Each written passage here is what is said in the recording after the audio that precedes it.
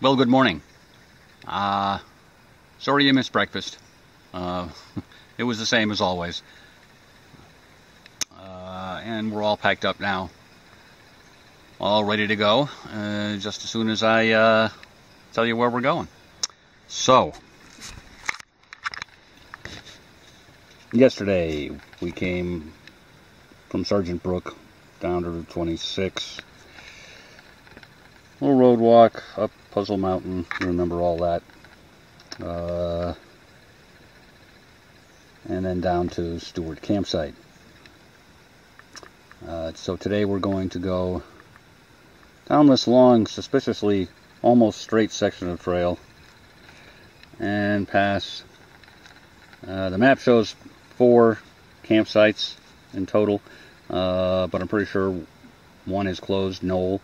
So we'll pass Town Corner campsite and Lane campsite, and then the plan is to stay at East Baldpate campsite. The distance is 10.1 miles.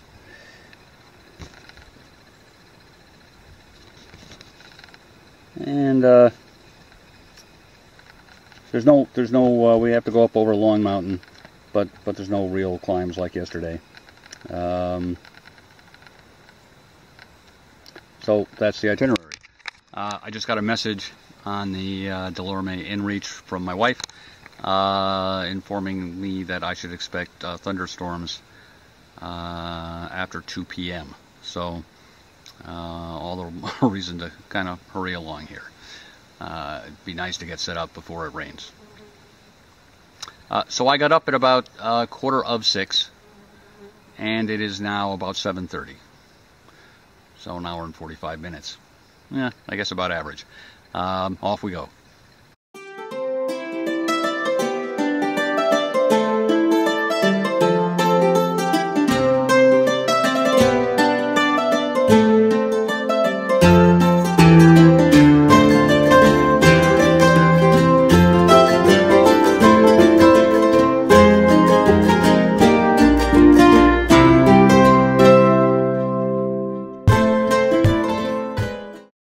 So after about 45 minutes, we've come to Chase Hill Brook,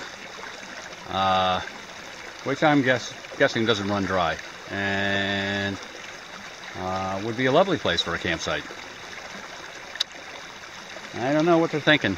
So if there's any plan afoot to move Stewart Campsite to this area, I'm not seeing any indication of it.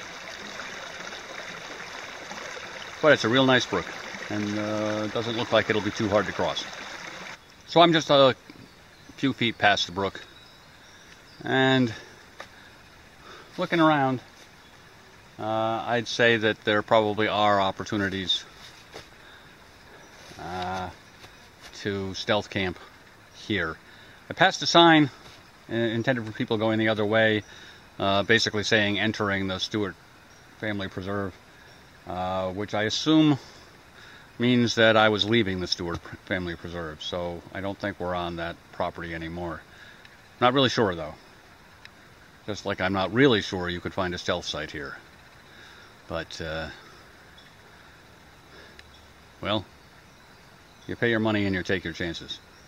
Alright, on we go. The next real feature on the trail guide is the Town Corner tent site, which we, according to the guide, should get to at about 11. It's 5.5 back from Stewart Campsite, so not much in the way of features. There is someplace near the top of Long Mountain supposed to be an overlook. It's not called out on the guide, but unless the weather is threatening, we'll take a look when we get there.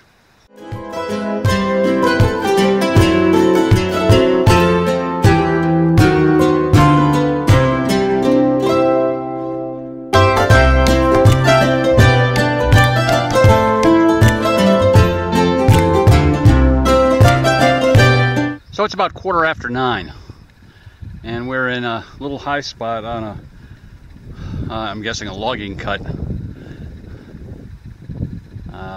where there's some views and I'm enjoying the breeze. Behind me is, whoa, uneven footing. Behind me is Puzzle Mountain, where of course we were yesterday afternoon. And you can see some peaks over there. I can't see enough to really tell what they are. Oh, there's the slide area, so that tallest one I can see is Old Speck. And I doubt that's the summit of Long Mountain, but it's part of Long Mountain, and I'm sure we'll be going up there. So the trail hasn't been too bad. It's been pretty steady uphill. The guide warns you, it's kind of humorous actually, to follow the blue blazes and don't get lost. And there's some sections of trail that, as I pointed out on the map, they're suspiciously straight. They seem to be part of a border, I'm guessing, a town border that the town corner campsite is named for. But in any event, so they're blazed with orange and yellow and whatnot. So there's all of that in addition to the blue. But and the blue is sometimes scarce. There's a section specifically coming down from Stewart Campsite to the brook where there was a long section that had, it was pretty clearly a trail. It had been heavily maintained and heavily trodden, but it went for a long section with no blue blazes, just orange survey tags. So it left me concerned for a little bit, but obviously I stayed on the trail. So if there's a way to wander off this, I haven't seen it yet. All right. No sign of those thunderstorms yet, but of course it's early.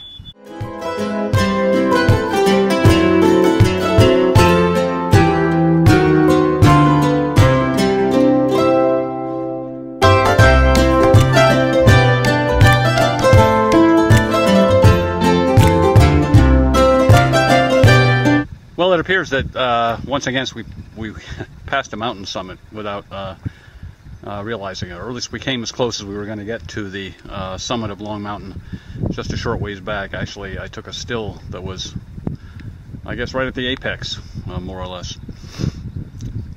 So it's about 10:15 now, and we're definitely headed downhill, down that way. So according to the trail description, that was it. If there was a side trail to a scenic overlook, I missed it. Well, there is a scenic view, and I'm there. I'm still kind of puzzling over, why does that word come to mind? Puzzling over the summits here on Long Mountain. Obviously that was a summit of Long Mountain. Maybe it was not the summit. We went down for a ways and came back up. And this seems to be another peak, but the trail doesn't come up here, just the side trail to the scenic view. So what the high point is of all that? Well, I'm probably at the high point now, having made the trek up here. So it's a hazy, excuse my fingers, hazy summer day out there. I can just make out the ski runs on Sunday River ski area on the far ridge, and the last mountain you can see on the near ridge before it runs behind the pine tree, I'm pretty sure is Sunday River Whitecap. So we would have come across some of that ridge and down there, and maybe that's bald, not sure. Anyway, we're going to rest here for a few minutes. It is 10 o'clock.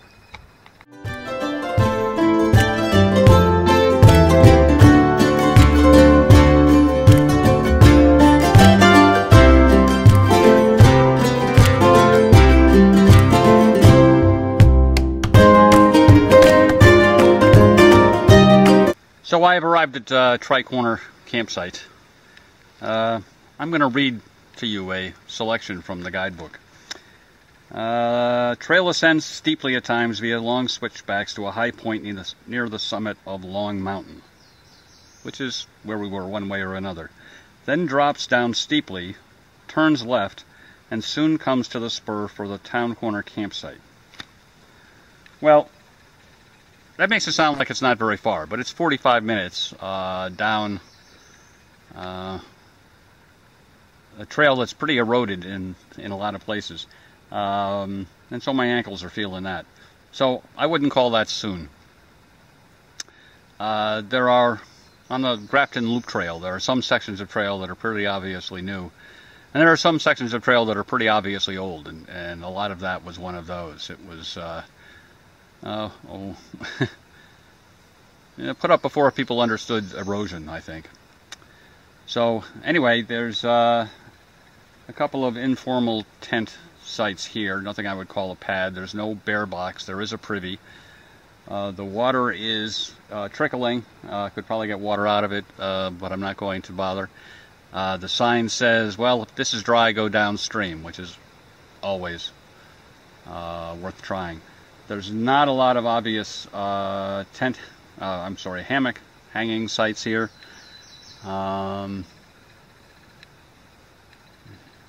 Again, maybe with some searching you could come up with something more. I did find one pair of trees that I think would be suitable.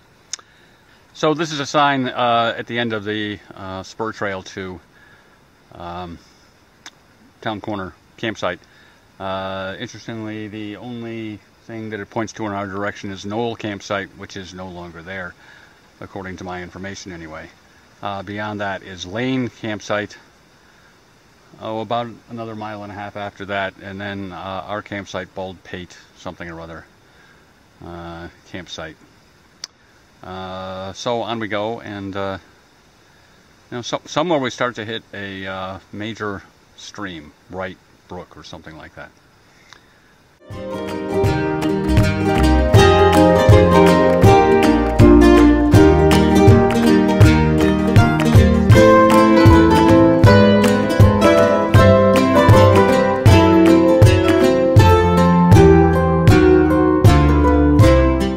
This is the official scenic waterfall for the Lane campsite.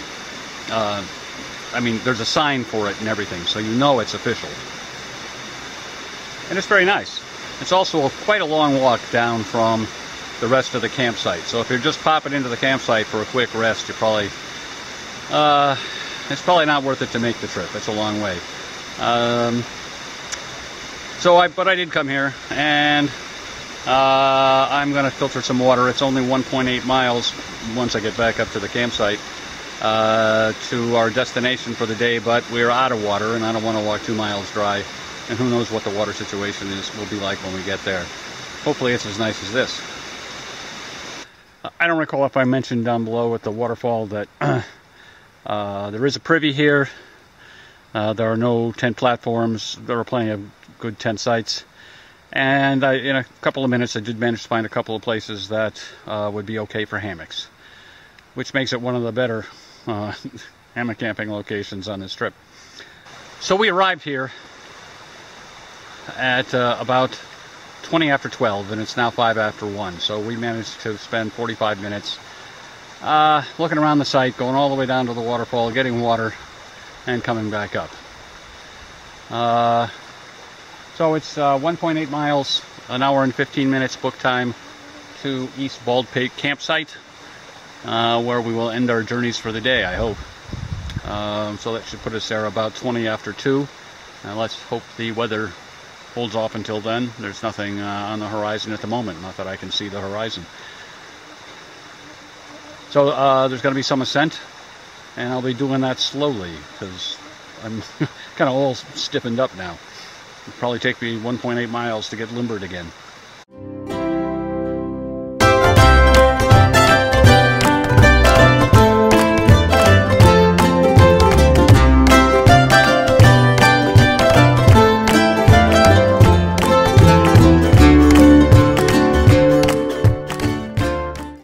So we just arrived at the East Bald Pate campsite. We got to the spur trail about 10 after 2. The skies are, well, they're not quite ominous, but it does seem likely that a change in the weather is in the offing.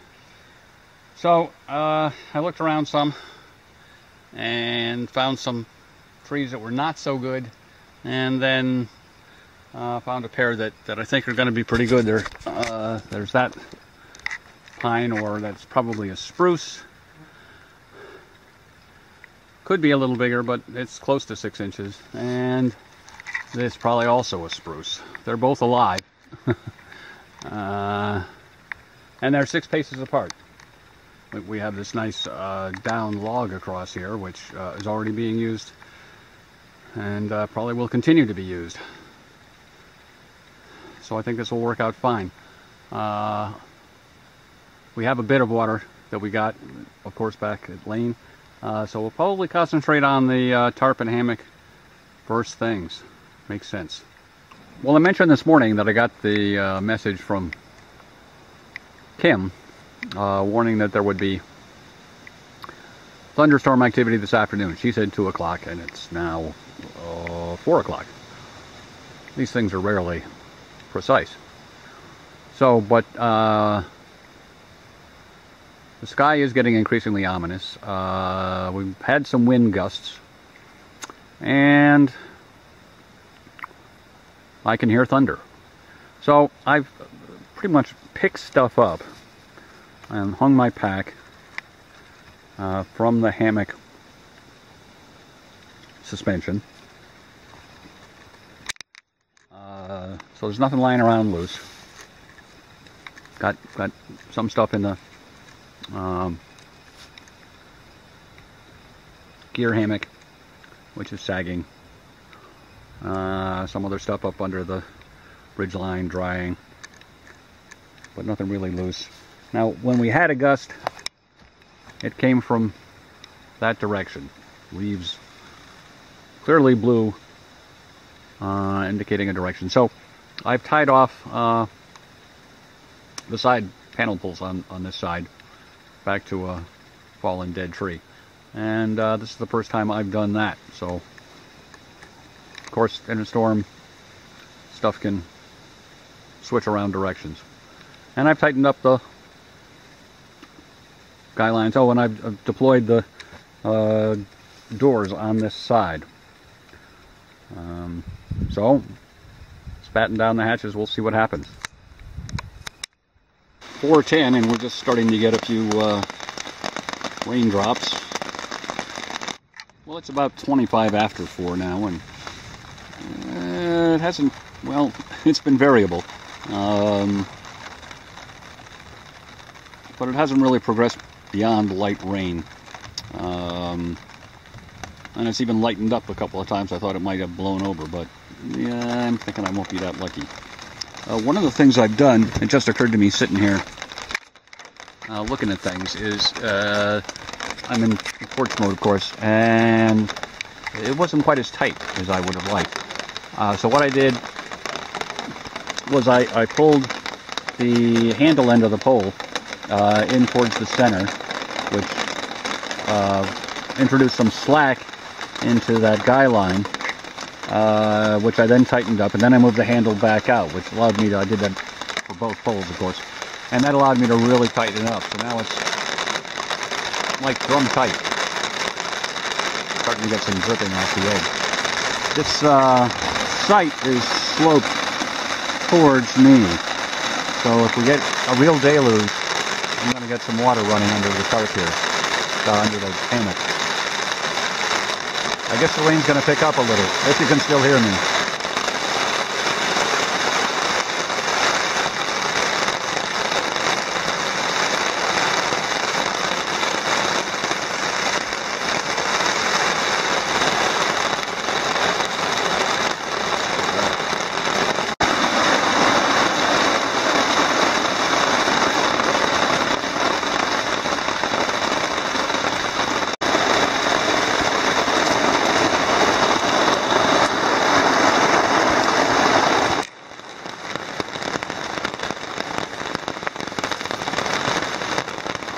Well, I guess I survived the first onslaught.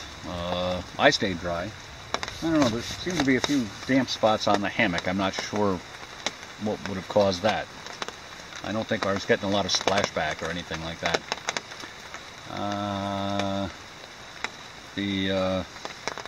ground under the hammock is now completely wet, yucky. The puddles that formed have already dissipated, so at least we don't have standing water. Not sure how much worse that would be. So I learned one thing: if you're in porch mode and you leave the flaps on that side up, water collects along the edge there, the fold in the fabric, and so you have to dump that once in a while. Maybe it would have been better to just let the door flap or something. I don't have another tent peg for it. Maybe I need to carry more tent pegs. Alright, now I have to see about dinner. I'm getting hungry. So it hasn't stopped raining. I didn't really expect it to. Hope there's enough light for you to see me. Just got a message from my wife that the big storms are actually expected between 6 and 7. So something to look forward to there. And the temperatures are supposed to fall pretty significantly. Well, they're already down about halfway to, she said 60s tomorrow, so it was 80, around 80 today. It's a little under 70 now, so we can expect to lose another 6 or 8 or 10 degrees of temperature, and it's getting noisy again. So we did drop the doors to solve the problem with collecting water at the fold. That seems to be going okay. I had a couple extra minutes, and I played around with my gear hammock here, and I increased the number of wraps on my prusik from 4 to 5, and it's still not holding. So I have managed to make dinner here under the tarp, and this again is Babelfish 5's beef stew,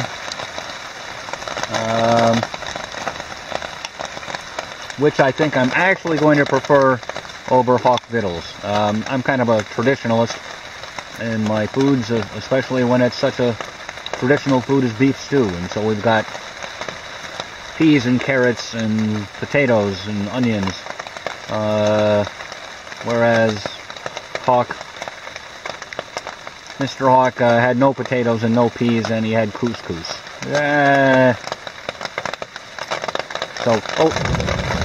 Last night's dinner continued to be a success with the tuna.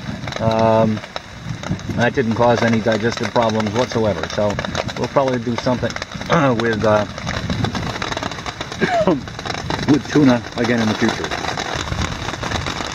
Well, it's 6:20, and we've had dinner, and I do prefer Babelfish 5's beef stew recipe to hawk victuals. It's better than I remembered from the last 2 times, so we're going with that. We're having a cup of tea in the hammock, and still listening to the rain come down, while staying high and dry. So this is certainly a successful first thunderstorm in the hammock. So we'll finish up the tea and change into our jammies and deploy the quilts and read our book for a while, and then go to bed and hopefully go to sleep. Whoop! Don't tip over. All right. Well, we'll see what conditions are like in the morning.